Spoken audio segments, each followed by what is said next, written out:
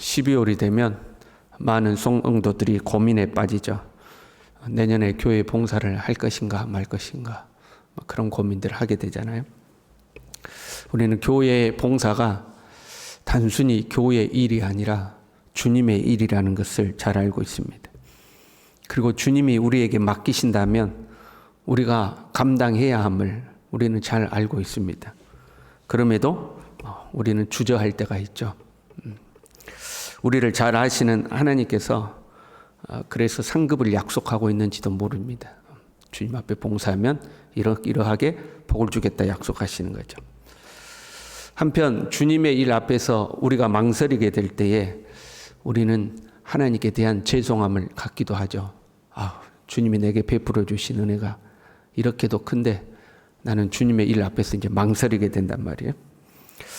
본문은 그런 우리에게 약간의 위안을 줍니다. 예수님께서도 독생자 예수 그리스도께서도 십자가를 앞두고 갈등하고 계십니다. 예수님이 땅에 오실 때 당신이 최종적으로 뭘 해야 하는지 예수님 알고 계셨습니다. 하나님이 당신에게 뭘 원하시는지도 알고 계셨습니다. 그런데 막상 십자가를 앞두고 그 앞에서 고민하고 이제 갈등하고 계시는 겁니다. 33절에 보면 심히 놀라시며 슬퍼하사, 심히 놀라서 슬퍼했다는 거예요. 여러분 혹시 내년도에 교회 직분을 새로 맡아가지고 마음이 슬프고 놀라셨습니까? 괜찮습니다. 예수님도 놀라시며 슬퍼했잖아요. 남들이 다 안 해가지고 떠밀려가지고 내가 뭐 맡았어. 회장도 되고 총무도 되고 그래서 슬픈 마음이 들었어요. 남들은 다 안 하고 내가 맡았네. 여러분 그래도 괜찮습니다. 34절에요. 내 마음이 심히 고민하여 죽게 되었으니, 우리하고 똑같죠. 내가 어쩌다가 맡아가지고 고민하잖아요. 이제 힘들어 죽겠네. 이제 어떡하냐? 고민하잖아요. 예수님도 그러셨어요. 이렇게 슬퍼하고 고민하는 예수님이 참 하나님인가 동시에 참 사람임을 보여주는 거죠. 하나님이니까 뭐 다 괜찮아. 능히 감당할 수 있어. 이런 게 아니라 사람으로서, 참 사람으로서 슬퍼하시고 고민하시고 재밌죠. 고민하여 죽게 되었다. 내가 죽겠다. 이제 이런 거 아니에요? 내가 곧 죽겠다. 주님도 이제 그런 표현을 쓰신 거죠. 한편으로 보면요. 예수님을 부인하지 않겠다고 호언장담했던 제자들, 그들의 말과 마음과 달리 얼마나 연약한 존재인가도 오늘 본문은 이제 보여주고 있어요. 본문은 한편으로 예수 그리스도가 어떤 분이신가 보여주면서 한편으로는 제자들은 또 어떤 자들인가 이걸 보여주고 있는 거죠. 다 버릴지라도 나는 그리하지 않겠나이다. 베드로가 큰 소리 쳤어요. 나머지 제자들도 덩달아서 나도 그렇습니다. 그랬어요. 예수님이 그 베드로에게 닭이 2번 울기 전에 3번 네가 나를 부인할 것이다. 그랬죠. 실제로 예수님이 잡혀가는 상황이 아직 닥치지 않았어요. 지금 어떤 상황이에요? 이제 예수님이 잡혀가기 전에 예수님이 나와 함께 기도하자 하는 상황이죠. 나와 함께 기도하자. 내가 너무 슬프다. 내 마음이 죽게 되었다. 그러니까 같이 기도하자 하는 정도예요. 그런데 제자들은 3번이나 잠이 드는 거죠. 3번 부인할 것이다 그랬는데 3번 잠이 드는 모습을 이제 보여주고 있는 거죠. 제자들이 얼마나 약한 존재인지. 아직 본 게임은 시작도 안 했어요. 아직 본 게임은 시작도 안 했는데 이미 3번이나 실패한 거예요. 예수님이 잡히러 가시는 것에 함께 가는 것에 비하면요. 여러분 그렇잖아요. 예수님이 실제로 군병들에게 잡혔어요. 재판받으러 가요. 거기에 함께 동행하여 만약에 가는 것과 비교해 본다면 기도하러 가는 것은 아무것도 아니잖아요. 어려울 게 없잖아요. 2개를 놓고 비교해 보면. 이업도 없어요. 목숨을 걸 각오를 할 필요도 없어요. 기도하러 가는 거잖아요. 칼도 몽둥이도 군병들도 감당해내겠다고 큰 소리 쳤는데 졸음을 이겨내지 못하고 있는 거죠. 칼과 몽둥이도 이겨내겠습니다. 그랬는데 정작 그 졸음을 못 이겨내고 있는 거죠. 여러분 신앙생활에요. 시험이 있기 마련이죠. 그렇지 않습니까? 여러분 평생을 신앙생활하면서 크고 작은 시험이 우리에게 오잖아요. 그 시험의 크기가 이제 다 다른 거예요. 누가 보더라도 시험 들 만한 일이 있습니다. 야, 나 같아도 시험 들겠다 하는 일이 있어요. 막 교회가 크게 싸우고 분쟁하고, 교회가 아니라 세상보다 더 못한 모습들, 막 썩은 내가 진동하고, 그럼 누가 보더라도 시험 들지 않겠어요? 야, 나라도 시험 들겠다. 나라도 교회 안 나가겠다. 뭐 이럴 때가 있는 거죠. 그러나 진짜 작은 것에 시험에 드는 거예요. 그러니까 큰 일에 시험 드는 경우는 우리의 신앙의 여정에 몇 번 안 돼요. 그런 일들은.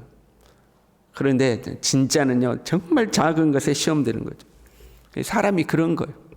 별거 아닌 것에 마음이 서운하죠. 마음이 상해요. 별거 아닌 것에.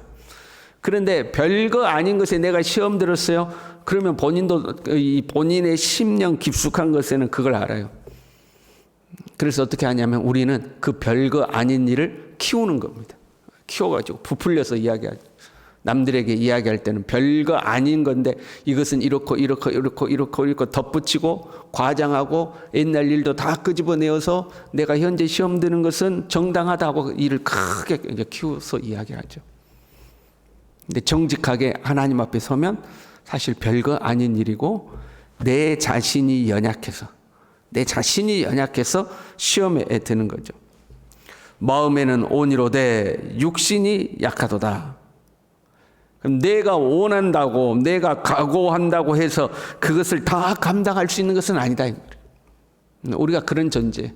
마음 같아서는 내가 100kg도 들고 200kg도 들 수 있을 것 같아요. 그런데 실제로는 10kg, 20kg도 힘들 때가 있다 이 말이에요.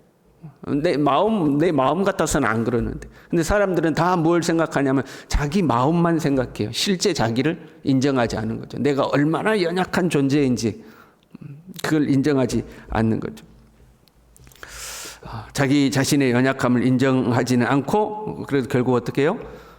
책임을 이제 떠넘기는 거죠. 교회가 이래서 누가 이래서 네가 이래서 내가 시험 드는 거야 하고 책임을 떠넘길 때가 많이 있습니다. 제자들은요 지금 뭐에 시험 들었어요? 졸음에 시험 들었어요. 거의 졸음이 별거 아닌 것 같아도 여러분 큽니다. 피곤에 시험 드는 거잖아요. 새벽 예배 왜 못 나와요? 피곤하니까. 아이고 피곤하니까 오늘은 쉬자 이렇게 되잖아요. 이 졸음에 시험 드는 거죠. 보세요. 예수님도 연약함을 보이셨죠? 하나님의 뜻이 무엇인지 분명히 알지만 마음이 약해지셨어요. 슬퍼하고 고민하고 아이고 내 죽겠다 그런 마음이 들었어요. 제자들도 연약했어요. 마음은 그럴지 않을지라도 실제로는 약했어요. 둘 다 연약함을 보여주고 있어요. 그런데 결과적으로 보면 예수님은 시험을 이겨내셨고 제자들은 그 시험을 이기지를 못했죠. 무슨 차이가 있을까요? 어디에서 차이가 났을까요? 예수님은 베드로의 고백부터 계속해서 너희는 나를 버릴 것이다. 나를 부인할 것이다. 너희는 그렇게 연약한 존재이다 말씀하고 계셨어요. 그래 놓고 본문은 예수님이 사람됨을 보여주면서 그러니까 예수님도 동일하게 연약함을 가지고 계심을 보여주면서 예수님이 그 연약함을 어떻게 극복하셨는지 제자들에게 너희들 연약한 존재야 계속 말씀하시고 예수님 스스로도 연약함을 보여주시면서 그 연약함을 어떻게 극복하셨는지 오늘 이제 본문이 가르치고 보여주고 있는 거죠. 38절에 이렇게 말씀하셔요. 시험에 들지 않게 깨어있어 기도하라. 주님이 가르치시는 방법이죠. 시험에 들지 않게 깨어있어 기도하라. 우리는 연약해요. 시험에 넘어질 수밖에 없어요. 그러나 그 시험을 이길 수 있는 방법이 있는데 그게 무엇이냐? 깨어있어 기도하라 하는 거죠. 깨어있어 기도하라. 제자들과 예수님의 차이가 여기에 있는 거죠. 예수님은 기도하셨어요. 누가복음에 의하면 땀방울이 핏방울이 될 정도로 하나님 앞에 간절히 기도하셨어요. 그때 제자들은 다 졸고 자고 있었어요. 예수님이 시험을 이기셨고 제자들은 시험에 실패했어요. 예수님의 기도를 볼까요? 예수님이 이렇게 기도하죠. 아빠 아버지여 아버지께는 모든 것이 가능하오니 우리가 믿는 하나님이죠. 전지전능하신 하나님. 하나님께는 모든 것이 가능합니다. 그런데 여러분 기도를 잘못하면요 자기 욕망이 커지고요 요행을 바라는 사람이 돼요. 하나님께 모든 것이 가능하니 내 소원 다 들어주세요. 이제 이렇게 되는 거죠. 하나님 모든 것 할 수 있잖아요. 그러니까 내 소원 다 들어주세요. 근데 그런 사람은요 결국 시험 들고 믿음의 길에서 떠납니다. 보세요. 누군가 나한테 부탁을 해요. 알았어, 부탁 들어줬어요. 또 부탁이요, 또 들어줬어요. 또 부탁이요, 또 들어줬어요. 그렇게 10번 들어줬어요. 그리고 마지막 11번째 부탁하니까 부탁을 거절했어요. 그럼 어떻게 해요? 그 사람? 서운해합니다. 실망하고 어떻게 그럴 수 있어? 나한테 어떻게 그럴 수 있어? 이렇게 되죠. 그러니까 하나님을 향해서도 내 소원 다 들어주세요, 들어주세요, 들어주세요 하는 사람은 결국 시험 들어서 믿음의 길에서 떠나죠. 예수님이 아버지, 아버지께는 모든 것이 가능하오니 이 잔을 내게서 옮겨주십시오 했어요. 그러나 그 다음 뭐라고 그래요? 나의 온대로 마옵시고 아버지의 온대로 하옵소서. 온대로 하지 마옵시고 아버지 온대로 하옵소서 하죠. 하나님에 대한 사랑과 동시에 절대 신뢰가 들어있는 거죠. 나의 기쁨보다는 하나님의 기쁨대로 되기를 원합니다 하는 거죠. 하나님에 대한 사랑이에요. 그리고 그렇게 기도할 수 있었던 것은 하나님을 신뢰하기 때문에 그렇죠. 그래요. 내가 하나님을 위해서 희생하겠습니다. 이것보다는 하나님의 절대 선함을 믿습니다. 그 고백이에요. 내가 보기에는 이 십자가가 고난의 길이지만 나에게는 무거운 길이지만 이것이 주님의 뜻이라면 주님은 절대 선하신 분이기 때문에 이것이 가장 좋은 것임을 믿습니다 하는 고백인 거죠. 그래서 내 뜻이 아니라 아버지의 뜻대로 되기를 원합니다라고 고백할 수 있는 거죠. 기도는요, 하나님에 대한 우리의 신뢰 관계를 견고하게 하는 것이 기도입니다. 내 마음이 환경 앞에 흔들렸다가도 선하신 하나님께 초점을 맞춰서 그 하나님을 신뢰하는 거죠. 내가 보기에는 내 삶의 환경이 어렵지만, 내가 보기에는 나에게 주어진 일이 무겁고 힘든 것이지만 하나님이 결정한 것이라면 하나님을 신뢰합니다. 좋으신 하나님이 우리에게 항상 좋은 것으로 주심을 믿고 그 길을 가겠습니다라고 고백하는 거예요. 하나님을 신뢰하는 거죠. 그래서 여러분 시험을 이기게 되는 거예요. 왜 시험에 드느냐? 상황을 보기 때문에 그렇죠. 환경을 보기 때문에 그렇죠. 앞에 서 있는 사람을 보기 때문에 그렇죠. 그래서 시험에 드는 거거든요. 네가 어떻게 나한테 이럴 수 있어? 하나님 어떻게 나한테 이럴 수 있어? 내 삶의 환경이 왜 이것밖에 안 돼? 환경과 사람을 보니까 시험에 드는 거거든요. 그러나 기도는 그때에 우리의 시선을 하나님께 돌리는 거죠.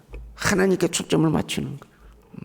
선하신 하나님, 항상 좋은 것으로 주시는 하나님, 나보다 지혜가 뛰어나신 하나님, 내 생각과 하나님의 생각에 차이가 있을 때가 있지만 항상 하나님이 옳다. 하나님은 우리를 항상 축복의 길로 인도하신다. 모든 것을 합력하여 선을 이루실 것이다. 그 하나님을 다시 신뢰하게 되는 것, 그것이 기도죠. 우리는 기도를 통해서 그 하나님에 대한 신뢰 관계를 견고하게 하는 거예요. 그러면 눈앞에 닥쳐 있는 그 어떤 문제도 극복해 갈 수 있게 되는 거죠.